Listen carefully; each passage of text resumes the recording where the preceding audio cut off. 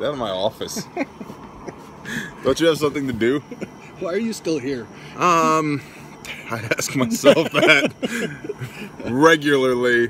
So question was... Patreon question. This is for the patrons, for you guys. Not a crooked... It's okay if it's crooked. You still get the job done with it.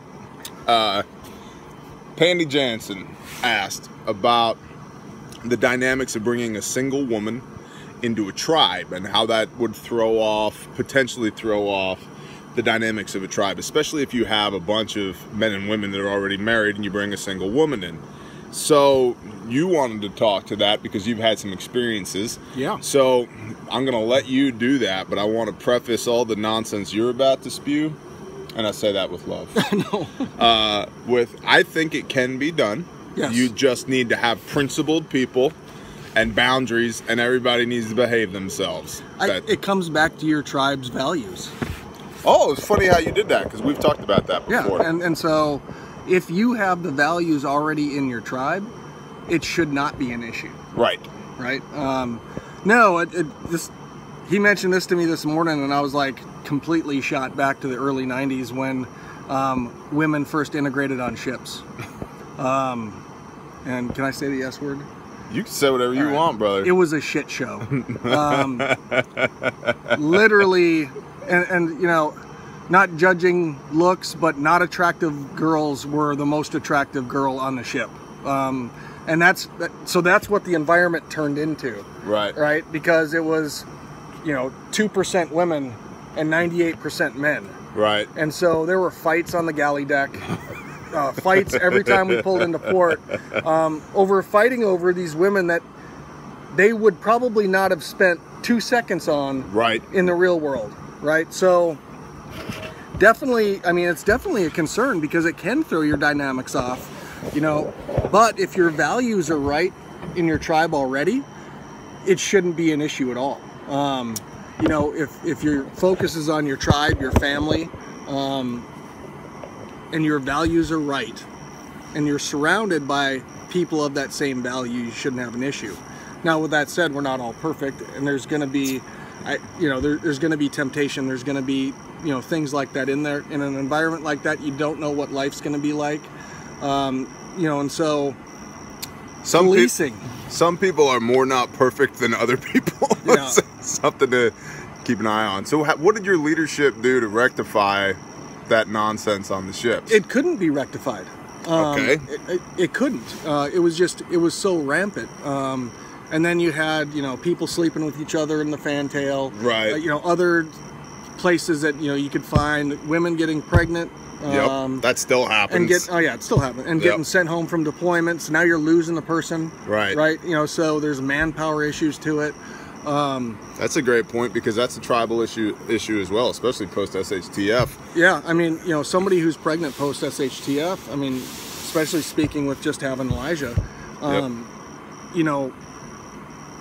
it's not like the 1800s, right? When literally women worked up until the day the baby came out, right? Because they had to, or they died. Right. The family died.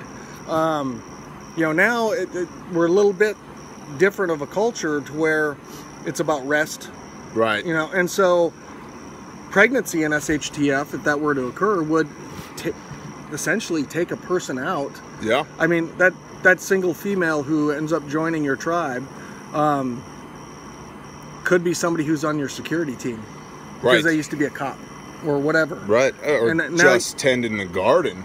That's just as vital. Yeah. And so it could have serious ramifications, but leadership couldn't do anything to control it in the beginning. Yeah. And even down to the chief level, there was no controlling it. There's too much open space and hidden space. Yep. But it was entirely disruptful. And people got UCMJ'd who got caught. Flip side of it though, there was also homosexuality that occurred. Right. So, that's potentially an issue that you could run into as well. Right. Because you're not going to know everything about everybody. You don't know what that deep, dark secret is in every person that's probably in your tribe. Right. And it just, you know, but they know how to control it. You know, but there's a point there is knowing, you know, somebody well enough to let them into your tribe. So I would say, you know, lately it's been the Squid and 1/3 of Bear show. It has. It needs to be more. We need a bigger screen. It's hard. A bigger camera. It's hard to get us both in the frame.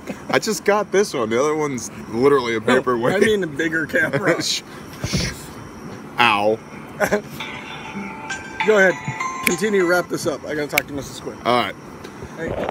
He's talking to Miss Squid. So what I was going to say is, if you know people well enough to bring them into your tribe, do it. But it's a matter of knowing people. How well do you know these people? I would be more concerned with somebody off the street who I'd never met before than somebody, say, that I knew from church or from work or, you know, whatever. You know, familiarity breeds comfort. So the more familiar you are with somebody, the more comfortable you will be and probably should be with them joining your tribe. So if you are a single woman trying to get into a tribe, I would make it known, hey, I'm not here to poach any of the men. I'm not here to bring drama. I'm not here to disrupt. I just need a place to fit in. What can I do to help? Which everybody should be asking that question when they're joining a tribe or in part of a tribe. How can I help you? How can I help us? What needs to get done?